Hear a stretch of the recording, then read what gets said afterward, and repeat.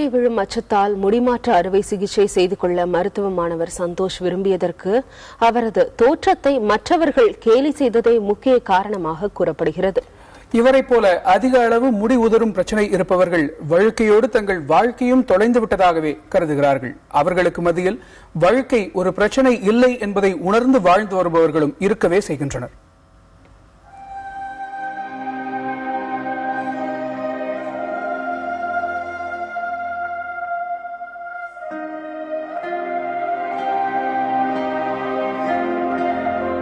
தலைமுடி உதிர்வு பிரச்சனை இருப்பது ஆண் பெண் இருபாலருக்கும் இயல்பானதுதான்.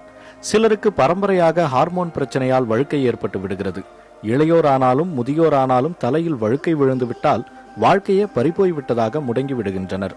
அப்படி வழுக்கையால் வாழ்க்கையின் பாதி நாட்களை தொலைத்து விட்டதாக கூறுகிறார் போரூரைச் சேர்ந்த புஷ்பராஜ். எனக்கு சினிமா விஷயத்துல ரொம்ப ரொம்ப ஆர்வமா இருந்தேன். நான் சரி அதுல ட்ரை பண்ணலாம் போகும், சரி முடியலாதால அதையும் நம்ம ட்ரை பண்ண முடியாதுன்னு ஒரு சூழ்நிலை. பட் என்னோட ஃப்ரெண்ட்ஸ் சர்க்கிள் இல்ல அதுவே நேச்சுரலாவே நம்ம இருக்கு, அதுவே ட்ரை பண்ணலாம்னதால நான் அதே சூழ்நிலை நிறைய செலவு பண்ணி நான் போட்டோ ஷூட்லாம் எடுத்து சில ட்ரையல்லாம் பார்த்தேன் நான். ஆனா சினிமால எனக்கு வாய்ப்புகள் கிடைக்கலனாலும் பட் என்ன ரீசன் கேட்டீங்கன்னா முடியலாத எனக்குள்ள ஒரு இன்ஃபீரியாரிட்டி காம்ப்ளெக்ஸால நான் ட்ரை பண்றதை விட்டுட்டேன்.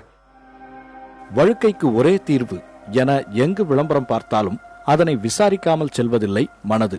அப்படி பல இடங்களில் அலைந்து திரிந்து முடி வளரும் என நம்பி சுமார் 1 லட்சம் ரூபாய் வரை செலவு செய்ததுதான் மிச்சம் என்கிறார் புஷ்பராஜ். எதுவுமே 100% ஷூரிட்டி கிடையாது. அந்த மெடிசன்ஸ் எல்லாம் கியூர் ஆகும்ன்றதுலாம் கிடையாது.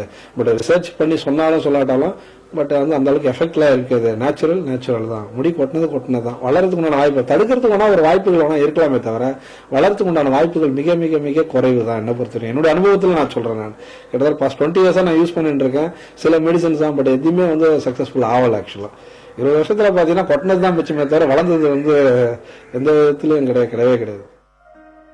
20 வயது முதலே முடி உதிரும் பிரச்சனை ஏற்பட்டு இளமை காலத்தை மன உளைச்சலிலேயே கழித்ததாகவும் நாட்கள் செல்ல செல்ல முடி ஒரு பிரச்சனை இல்லை என்பதை உணர்ந்ததாகவும் புஷ்பராஜ் தெரிவிக்கிறார்.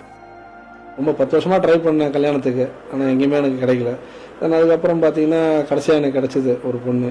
அது அவங்களதான் நான் கல்யாணம் பண்ணி நீங்க லைஃப் ரொம்ப சந்தோஷமா ஹேண்டில் பண்ணிட்டு நேச்சுரல் இஸ் நேச்சுரல்ன்ற ஒரு ஸ்டேஜுக்கு வரும்போது சரி அதுவே நிரந்தரம் அப்படின்ற முடிவுக்கு வந்துட்டு அதனால அப்படியே ஆஸ்யூஷுவல் அப்படியே விட்டுட்டேன். ஆனா இதுதான் என்னுடைய வாழ்க்கைக்கு உண்டான ரீசன் சொல்ல முடியாது, ஒன் ஆஃப் த ரீசன் அப்படின்ற மாதிரி சொல்லிக்கலாம்.